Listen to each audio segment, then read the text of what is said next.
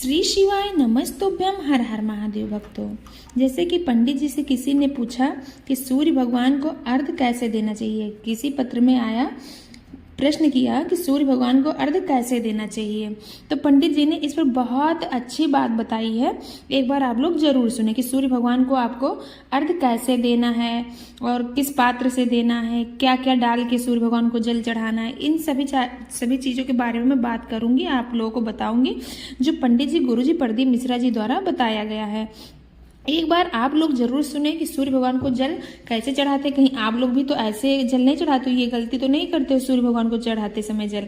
तो एक बार इस वीडियो को पूरा जरूर देखें, सुने, और आपको पसंद आए तो वीडियो को लाइक करें, चैनल को सब्सक्राइब करें, कमेंट में श्री शिवाय नमस्तुभ्यम हर हर महादेव जरूर लिखें।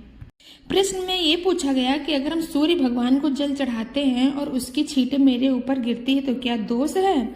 तो पंडित जी ने इस पर बहुत अच्छी बात बताई कि जब हम सूर्य भगवान को जल चढ़ाते हैं तो जमीन में खड़े होकर चढ़ाते हैं और जमीन से ही शिव तत्व मिला होता है, उसी से भगवान को जल चढ़ाते हैं। तो जो जल हम लोगों के ऊपर छींटे पड़ती है वो दोष नहीं है, वो पुण्य का काम है हम लोगों के, और पाप कट जाते हैं। इसमें कोई सोचने वाली बात नहीं है। अगर छींटे आपके ऊपर पड़ रही है तो बहुत सही है। अब मन में ये सवाल उठ रहा है कि किस पात्र में हम लोगों को सूर्य भगवान को अर्घ देना है। तो देखो, सूर्य भगवान को जल चढ़ाने के लिए ना तो स्टील होना चाहिए, ना तो पीतल होना चाहिए, ना कांसा होना चाहिए, ना एल्युमिनियम होना चाहिए, ना कांच होना चाहिए। आपको सिर्फ और सिर्फ तांबे का पात्र लेना है। तांबे का लोटा ले लीजिए, उसी से सूर्य भगवान को अर्घ देना है। और जल चढ़ाना कैसे है आप लोगों को। जब आप लोग सूर्य भगवान को जल चढ़ाएं तो आपके मस्तक से, सर से 8 इंच की ऊंचाई पर लोटा होना चाहिए। जो लोटा हाथ में लिए हो ना, जो पात्र हाथ में लिए हो तांबे का जल भरा हुआ, वो अपने सर से ऊपर करके देखो 8 इंची की दूराई पर होना चाहिए। तब सूर्य भगवान को जल चढ़ाते हैं 8 इंची की ऊंचाई से।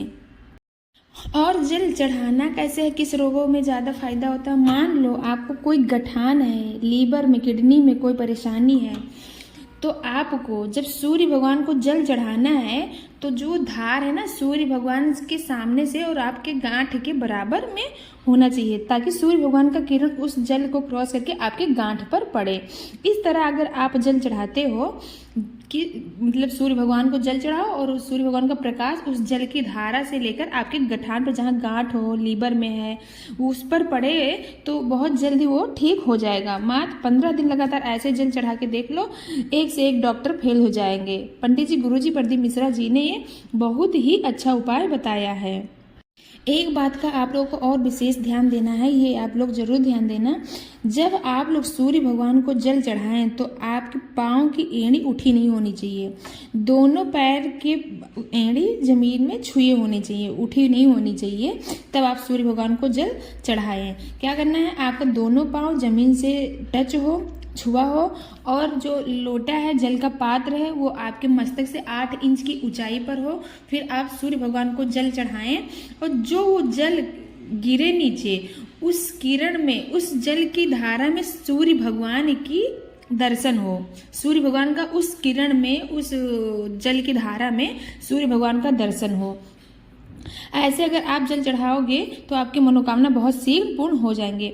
मान लो किसी बच्चे के आंखों में चश्मा लग गया है और उसका नंबर कम नहीं हो रहा है, तो उस बच्चे से सूर्य भगवान को जल चढ़वाना शुरू कर दो। मात्र 1 महीने वो जल चढ़ाएगा और उसका चश्मा लगाना ही बंद हो जाएगा, उसकी आंखों की रोशनी आ जाएगी। लेकिन जल आपको ऐसे ही चढ़ाना है, आपका पैर जमीन से टच हो और जल का पात्र आपके मस्तक से 8 इंची की ऊंचाई पर हो। इस तरह जल चढ़ाओगे और सूर्य भगवान का दर्शन उस जल की धारा में आपको हो तो आपकी मनोकामना बहुत शीघ्र पूर्ण हो जाएगी। इस तरह आप जल चढ़ाते हो। तो एक बात और है जो आप लोगों को बहुत विशेष ध्यान देना है।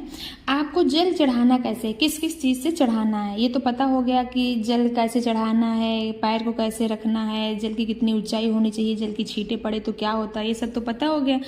अब आपको करना क्या है, मान लो कि कोई बहुत रोगीला व्यक्ति है, वो बहुत रोगों से परेशान, उसका रोग जाने का नाम ही नहीं ले रहा है, तो आपको क्या करना है, रविवार के दिन 1 लोटा जल लेना है, तांबे का होना चाहिए वो पात्र, लोटा तांबे का होना चाहिए, उसमें जल डालो और फिर उसमें क्या करना है, कुछ अक्षत डाल लो, चावल के दाने डाल लो, कुछ दाने। चावल आपके साबुत होने चाहिए, टूटे नहीं होने चाहिए। और इसमें कुछ लाल पंखुड़ियाँ डाल लो, गुलाब के फूल डाल लो कुछ उसमें, थोड़ा सा गुड़ डाल लो और 11 मिर्ची के दाने डाल लो। कितने? 11 मिर्ची के दाने, जो लाल वाली मिर्ची होती है ना, सूखा वाला हम लोग के रसोई में रहता है, उस मिर्ची में से आपको 11 दाने निकाल लेने हैं, बीज उसका मिर्ची का, वो निकाल के लोटे के पात्र में डाल लीजिए। और जो बहुत रोगीला व्यक्ति है उस व्यक्ति से सूर्य भगवान को जल चढ़वाना शुरू कर दीजिए। मात्र 11 दिन जल चढ़ाएगा, उसको कुछ फर्क पड़ जाएगा। और जब वो 1 महीने तक लगातार जल चढ़ाएगा तो वो रोग मुक्ति हो जाएगा, उसके जो भी बीमारी होंगे सब ठीक हो जाएंगे। लेकिन इस बात का जरूर ध्यान रखना है आपको कि आपका जो जल का पात्र है, लोटे का पात्र है आपका जो है, वो सर से 8 इंच की ऊंचाई पे होना चाहिए, पैर आपका जमीन से टच होना चाहिए। पात्र में आपको गुड़ डालना है, अक्षत डालना है, लाल फूल डालना है और 11 मिर्ची के दाने डालने हैं। इस तरह आप सूर्य भगवान को जल चढ़ाओ और आपकी मनोकामना बहुत शीघ्र पूर्ण हो जाएगी। आपका रोग जो होगा वो ठीक हो जाएगा। सूर्य भगवान बहुत जल्द ही चमत्कार करेंगे आपके जीवन में। तो वीडियो आप लोगों को पसंद आया हो तो लाइक करिए, चैनल को सब्सक्राइब करिए, कमेंट में श्री शिवाय नमस्तुभ्यम हर हर महादेव जरूर लिखिए। ओम नमः शिवाय भक्तों।